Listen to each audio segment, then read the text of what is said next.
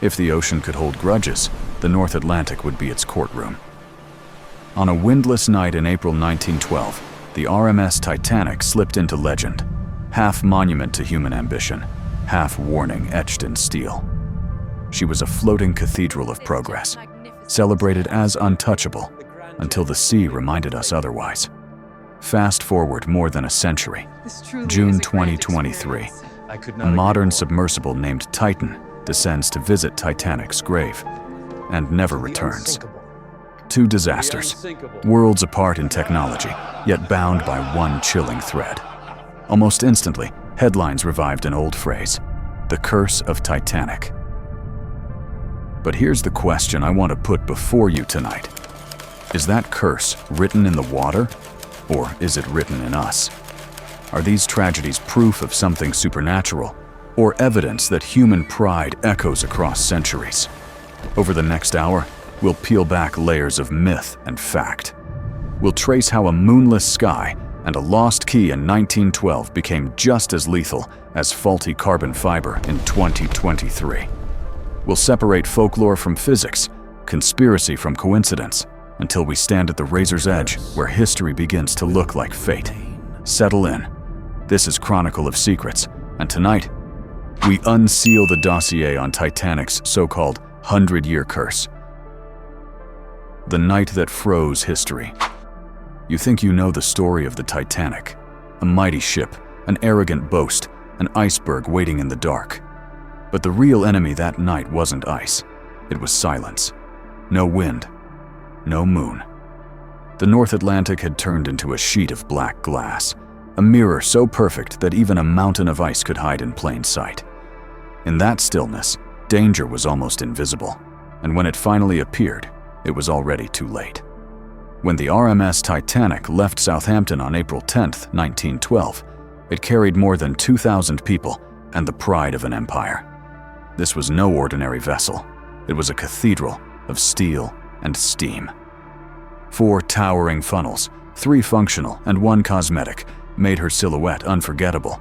She had a Parisian cafe, a Turkish bath, and staircases so grand that passengers felt they were walking into history itself. The ship was never officially advertised as Unsinkable, but the newspapers said it, passengers repeated it, and soon it felt less like marketing and more like physics. That belief, the idea that technology had conquered the sea, would prove to be more dangerous than any Berg. The omens began quietly. On April 14th, wireless operators received a steady stream of messages about drifting ice. Some warnings reached the bridge. Others did not. And here lies one of the overlooked truths. In 1912, wireless wasn't considered a critical safety system. It was more like an onboard post office. The Marconi operators were employees of the Marconi Company, their main job to send passengers' telegrams home. That meant a second-class traveler's cheerful note could take priority over a desperate iceberg warning from a nearby ship. Many people today assume every signal was treated with military urgency. The fact is, it wasn't. At 11:40 p.m., lookout Frederick Fleet spotted a dark shadow looming in the silence. He rang the bell and called down, "Iceberg, right ahead." But the laws of physics had already passed their judgment. The Titanic's starboard side scraped the Berg, slicing open more than 4 compartments. She had been designed to survive the flooding of 4. That night, 5 filled. It sounds like a small difference, but that single extra compartment spelled the line between endurance and catastrophe. From then on, the arithmetic of survival was unforgiving. Roughly 2,208 people were on board. By dawn, only about 705 remained alive. It wasn't because the wealthy were more deserving of rescue. It was because of rules written in another century. Maritime law in Britain required lifeboats based on tonnage, not on human lives.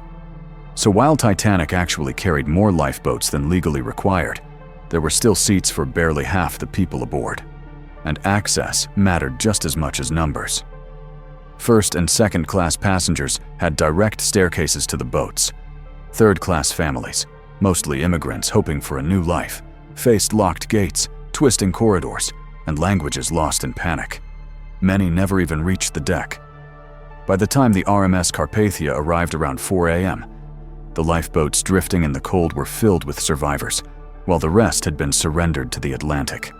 The world woke up unevenly. Some newspapers, relying on garbled early reports, printed that all passengers were safe. Others hedged.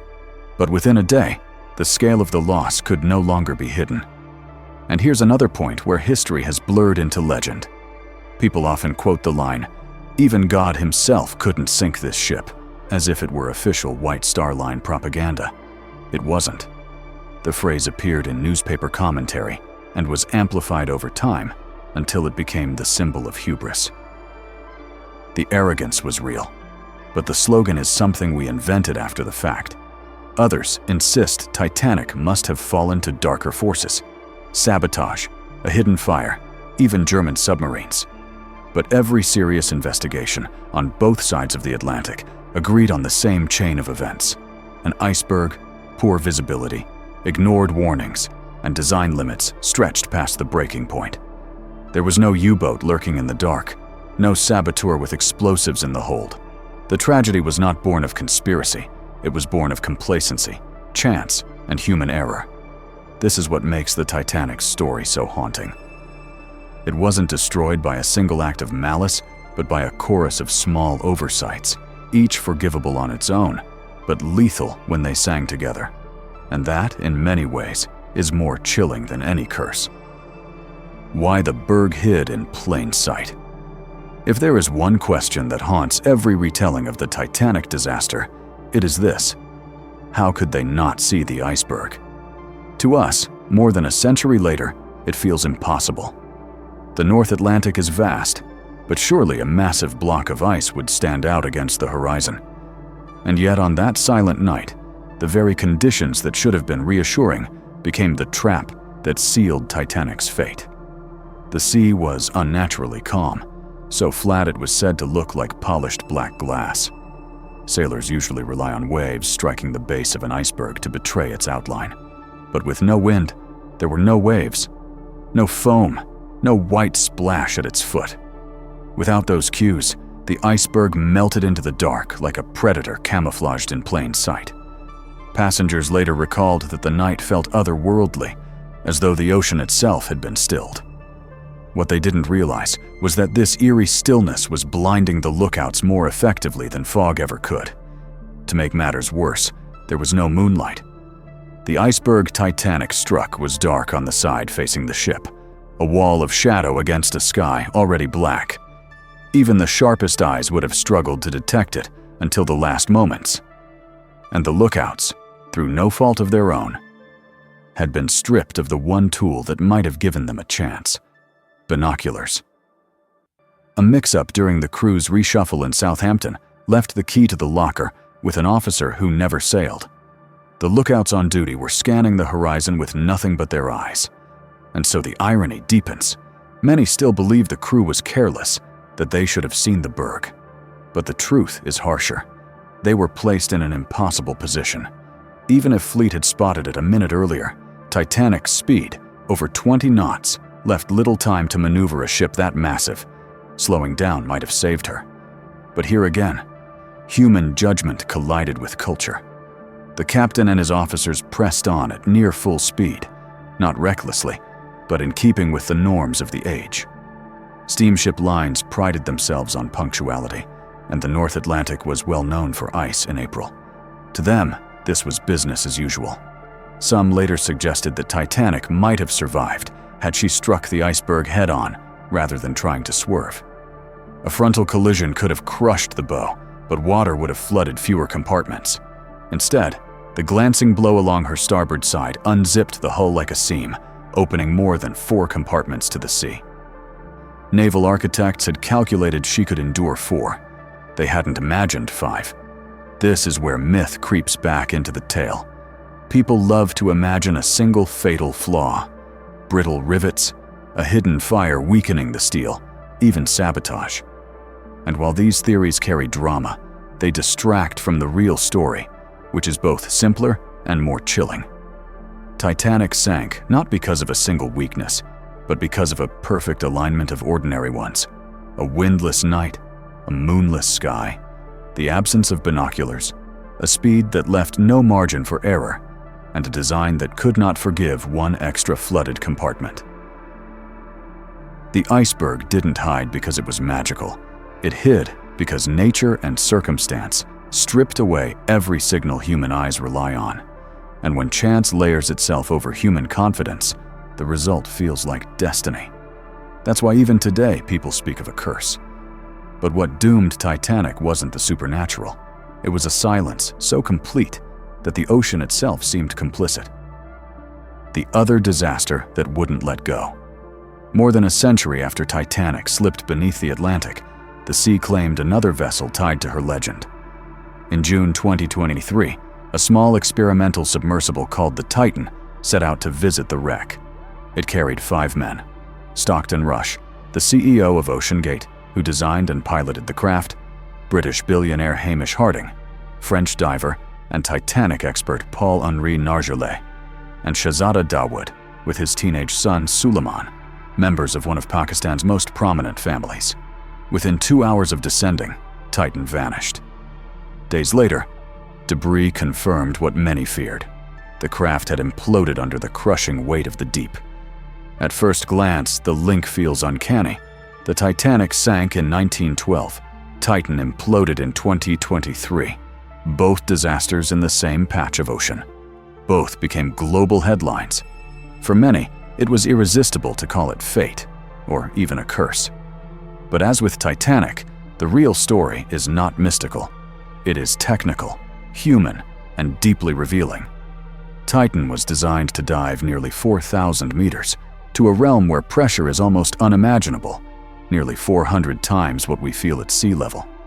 At that depth, every square inch of hull is assaulted with over 6,000 pounds of force. Even a hairline weakness can be catastrophic. Most deep-sea submersibles are certified by independent agencies that enforce strict safety standards. Titan was not. OceanGate marketed the sub as innovative, lightweight, and more affordable because it used a carbon fiber hull instead of traditional steel or titanium. Some engineers admired the ambition. Many warned it was dangerous. One former employee even raised alarms about the design years earlier and was dismissed. Over 30 experts signed letters questioning OceanGate's practices. The warnings, like those iceberg messages in 1912, were ignored. And so history rhymed. A vessel celebrated as a technological leap, sailing with paying passengers, pushed beyond its safety margins and into disaster. If Titanic's downfall was hubris wrapped in Edwardian luxury, Titan's was hubris disguised as innovation.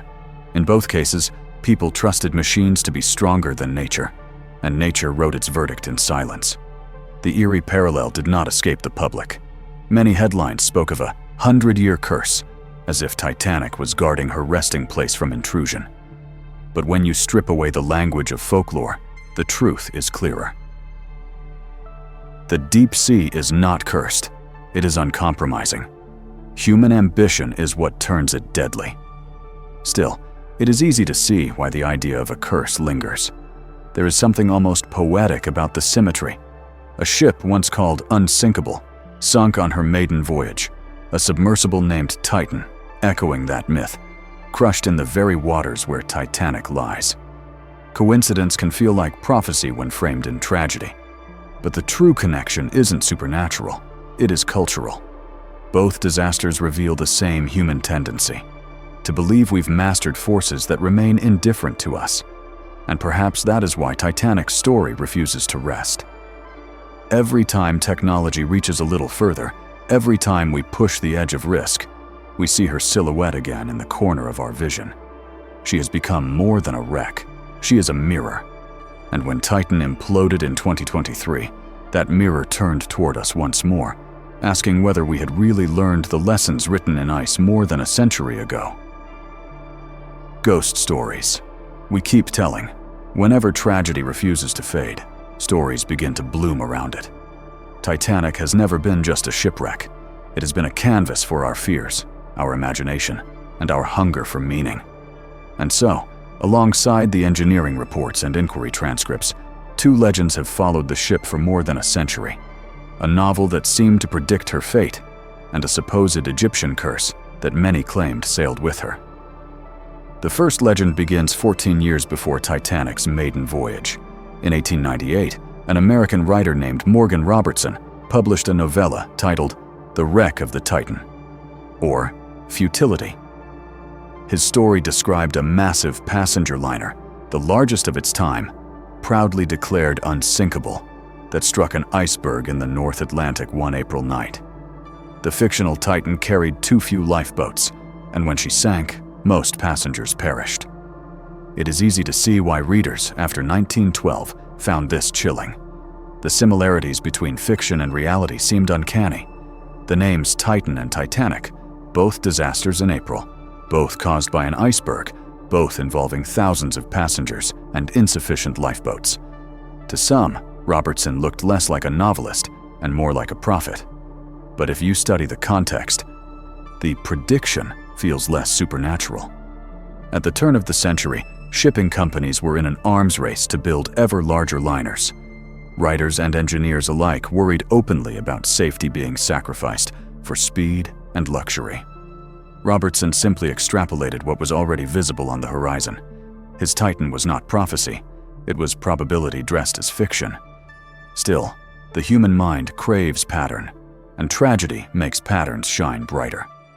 So the Titan story stuck, repeated in whispers and headlines, proof to some that fate had been sealed long before the keel of Titanic was ever laid. The second legend is darker and more theatrical. It claims that among Titanic's cargo was a cursed Egyptian mummy, once the coffin lid of a priestess, etched with a warning that whoever disturbed her would be devoured by the sea. The story goes that the artifact left the British Museum under strange circumstances, caused a string of accidents, and finally found its way aboard Titanic. When the ship sank, the curse was said to have claimed not just one life, but thousands. It's a gripping tale, except it collapses under scrutiny. The so-called unlucky mummy was never a mummy at all, but a decorated coffin lid, and it never left the British Museum. Shipping records for Titanic contain no trace of such a relic. The curse itself was likely born in the press, where journalists eager for a sensational headline blended superstition with tragedy. And yet, despite the lack of evidence, the story has endured. Why? Because curses are efficient explanations. They wrap chaos in a single thread. The truth that Titanic sank because of a chain of oversights, physics, and bad luck feels unsatisfying. It forces us to accept that sometimes the world shatters without reason. A curse offers cleaner symmetry, a crime, a punishment, a narrative to contain grief. And so, more than 100 years later, people still speak of Robertson's Titan as prophecy and the unlucky mummy as destiny. But as historians, we know the truth is more complicated and more human. What really doomed Titanic wasn't a novelist's imagination or an ancient priestess's wrath. It was a quiet sea, a missed warning, an extra flooded compartment, and the enduring belief that nature bends to our ambition. Anatomy of failure. To understand why Titanic truly sank, we have to resist the temptation of a single cause. There was no lone villain, no one decision that doomed her. What happened that April night was a layered failure, a chain of vulnerabilities that aligned just long enough to erase a ship once thought unsinkable. Start with the route and the speed. Titanic's officers knew about the ice. Warnings arrived throughout the day. The ship even altered course slightly south, but she never reduced her pace. At more than 20 knots, she was charging through waters thick with warnings. By modern eyes, it looks reckless. To the Edwardian mind, it was routine. Punctuality mattered. Ice in April was expected. Other liners had passed through without incident. The cultural current of confidence carried Titanic forward until momentum became destiny. Then there was detection, or, more accurately, the lack of it. The lookouts on duty had no binoculars. The key to the locker had been lost in a crew reshuffle back in Southampton, a small oversight that suddenly carried enormous weight. On that moonless, windless sea, the men in the crow's nest were asked to see the impossible. When Frederick Fleet rang the bell at 11:40 p.m., it was already too late. The design itself offered strength, but not forgiveness. Titanic's bulkheads were meant to contain flooding to 4 compartments. 5 were torn open. Water spilled over the tops of the barriers like liquid climbing stairs. Some rivets in the forward hull were weaker than others, more brittle in the cold. These details mattered, but not in isolation. Together, they formed the chain. Regulation added its own blind spot. The Board of Trade rules governing lifeboats had not been updated in nearly 2 decades.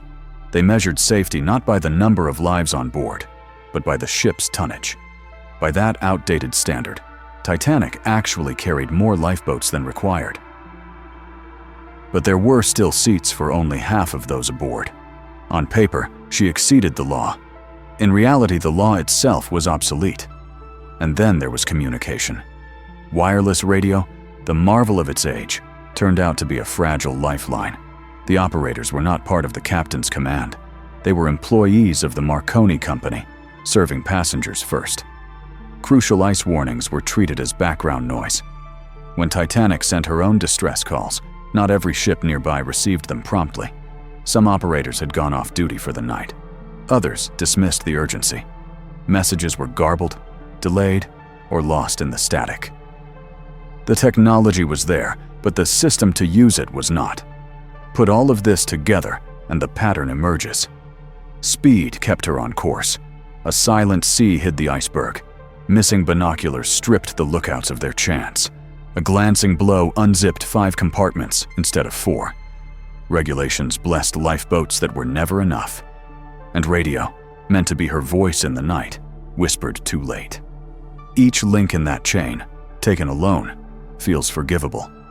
Ships had sailed fast before, keys had been misplaced, regulations had lagged. But together, those links tightened into a noose. Titanic wasn't undone by a single catastrophic error. She was undone by the ordinary, by a convergence of small failures that became extraordinary only in combination. This is perhaps the cruelest truth of all. We want tragedy to be born of a villain or a curse, because that gives it shape. But the anatomy of Titanic's failure is harder to face. A chorus of oversights, none monstrous on their own, yet fatal when they sang together. And that, more than anything, explains why her story still chills us. Because if such a ship could fall to such ordinary mistakes, what else in our world is only one link away from unraveling? Why the 2023 echo matters. A century after Titanic slipped beneath the North Atlantic, another tragedy unfolded almost on top of her resting place. In June 2023, the Titan submersible descended with the promise of bringing a handful of paying passengers face to face with the most famous shipwreck in history. Within hours, it was gone. The implosion was instantaneous, catastrophic, and final. For days, the world watched search crews scan the ocean, hoping for a miracle that physics had already denied. To many, the symbolism was too sharp to ignore. Titanic sank in 1912. Titan imploded in 2023. Both disasters headlined across the globe, both tied to the same graveyard of steel. Newspapers and social media didn't hesitate to frame it as a curse, as though the ocean itself had punished human trespass. But the truth, as with Titanic, is colder and more instructive. At nearly 4,000 meters below the surface, the ocean is no longer water as we know it. It is a wall of pressure, more than 6,000 pounds per square inch, pressing against every square inch of a vessel's hull. To put it in perspective, the force is like balancing an elephant on your thumbnail. At that depth, there is no margin for error. A single flaw in design, a weakness in material, or a lapse in maintenance can end lives in less than a second. Most deep-sea craft undergo rigorous certification by independent agencies. Titan did not. Its builders argued that regulations stifled innovation. They chose carbon fiber as the primary hull material, a daring move that won praise for creativity, but skepticism from engineers. Carbon fiber is strong, but it behaves differently under constant compression than under tension. Many experts warned the risks were too high, that fatigue could build unseen until the hull gave way. One engineer raised these alarms years before and was dismissed. Over 30 specialists signed letters of concern. Just as in 1912, the warnings were clear, and just as in 1912, they were brushed aside. This is where the echo matters. Titanic's legacy taught the world that regulations must keep pace with technology. Lifeboats had to be counted by people, not by tonnage. Wireless had to become a tool of command, not a convenience. Safety culture had to be rewritten in law. Titan shows us how fragile those lessons remain. In 2023, it was an outdated law that failed. It was the choice to sidestep oversight altogether. The culture of confidence returned. This time, wrapped not in Edwardian luxury, but in Silicon Valley language about disruption and innovation. The results were just as final. Of course, the coincidence of names, Titanic and Titan, fuels the belief in fate. It is easy to look at the symmetry and feel a shiver. But what really binds these two tragedies is not destiny. It is a pattern of human behavior. Both vessels carried people who trusted too deeply in the idea that ambition alone could outrun consequence. Both ignored voices of caution. Both were undone not by curses, but by the unbending laws of physics. And yet, perhaps that is why people reach for the word curse in the first place. It is easier to imagine a supernatural hand pulling ships under than to face the truth that hubris repeats itself, generation after generation. The real curse is not ancient or mystical. It is human memory, too short to keep us safe, and human pride, too quick to believe we've conquered forces that will never negotiate. The psychology of curses. Whenever disaster strikes, people reach not only for facts, but for stories. The Titanic, perhaps more than any ship in history, has been wrapped in layers of legend, prophecies, curses, omens, because raw tragedy leaves wounds that logic alone cannot close. To understand why these myths endure, we need to look less at the ocean and more at ourselves. Human beings are pattern-seeking creatures. Our ancestors survived by spotting shapes in the dark and rhythms in the seasons. That instinct hasn't left us. When something shatters our sense of order, our brains scramble to connect dots until chaos feels like a story. A curse provides exactly that, a neat explanation for the unexplainable, a reason that grief can point to. Think of Titanic. The official inquiries described a chain of bad luck and bad judgment. A flat sea, missing binoculars, outdated regulations, 5 flooded compartments instead of 4. To historians, that explanation is enough. To grieving families in 1912, it wasn't. How do you accept that your loved one died because a key was misplaced in Southampton, or because wireless operators prioritized telegrams over safety messages? Those causes feel too small for such vast loss. A curse, by contrast, feels proportionate. If thousands die, surely the universe itself must be involved. That is why the story of the unlucky mummy gained traction, even though the artifact never left the British Museum. It is why people latched onto Morgan Robertson's novel, The Wreck of the Titan, as if a writer had seen the future. These stories give the tragedy a sense of destiny, a sense that the universe had scripted the ending long before the ship left port. The same psychology appeared in 2023, when the Titan submersible imploded near Titanic's grave. Many observers immediately called it a curse, as though the wreck itself demanded to be left alone. But again, the truth was not mystical. It was structural, technical, and human. Still, the myth spread faster than the engineering analysis. That's because curse is an easier word to digest than catastrophic hull failure under 6,000 psi. One feeds our imagination, the other freezes our stomach. There is also something deeply human in wanting justice where none exists. A curse suggests balance. It says that arrogance will be punished, that disturbing the dead will bring consequence, that the proud will be humbled. It is a moral universe in miniature.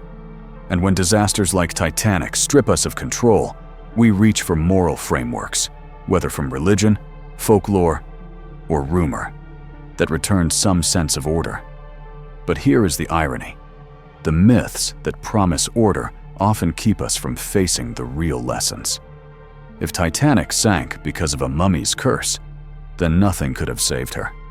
If Titan imploded because of fate, then oversight and certification don't matter.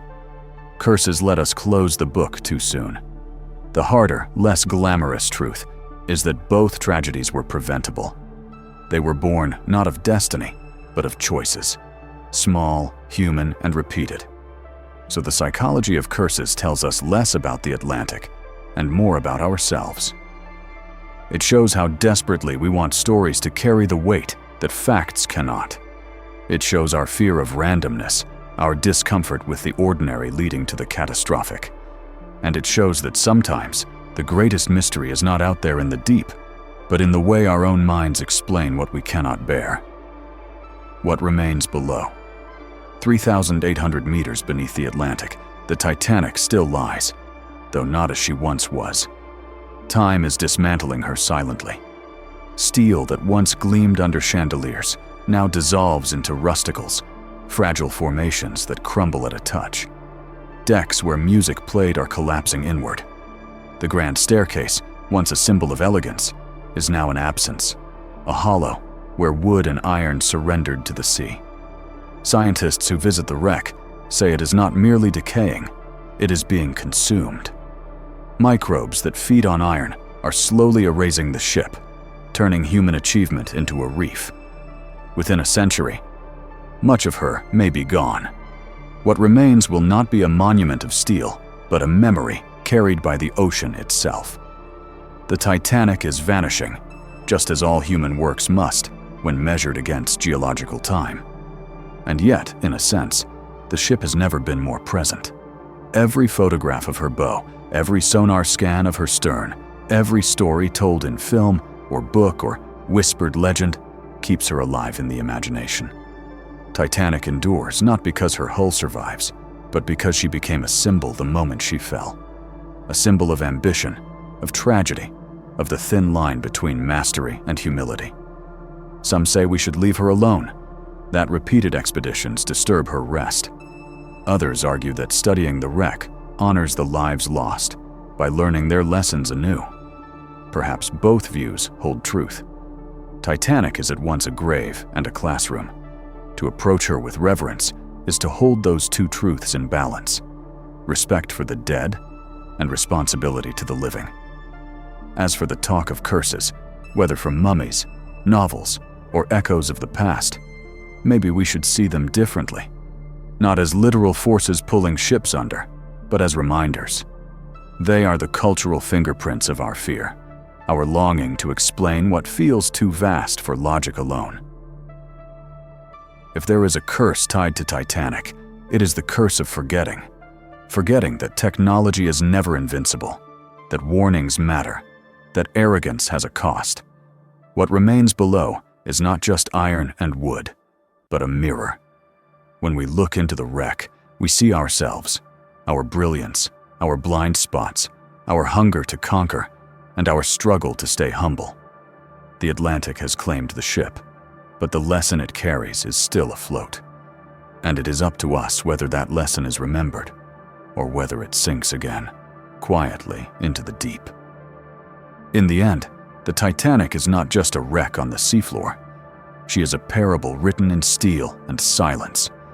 Every rivet that dissolved into rust, every name etched on memorials, every rumor of curses and prophecies, they all tell us the same thing: that human brilliance and human blindness always travel together. We build cathedrals of progress, but we are never exempt from consequence. The ocean does not care about our pride. It does not remember our myths, but we do. And perhaps that is why the Titanic still holds us. She reminds us that memory is fragile, that lessons must be retold, that the line between mastery and humility is as thin as one extra flooded compartment. So maybe the question isn't whether Titanic was cursed. Maybe the real curse is how easily we forget. As you leave this story tonight, carry with you more than just the image of a ship vanishing into the Atlantic. Carry the reminder that progress without caution is always one step from disaster, and that reverence for the past is the first safeguard of the future. This has been Chronicle of Secrets, where history's mysteries meet the questions we still haven't answered. If this journey moved you, I invite you to subscribe. Share this video with someone who still believes Titanic's tale is only about an iceberg, and join the conversation below. Do you think Titanic's legacy is a curse of fate or a mirror of human nature? Because the story is not finished. It never will be, so long as we keep asking.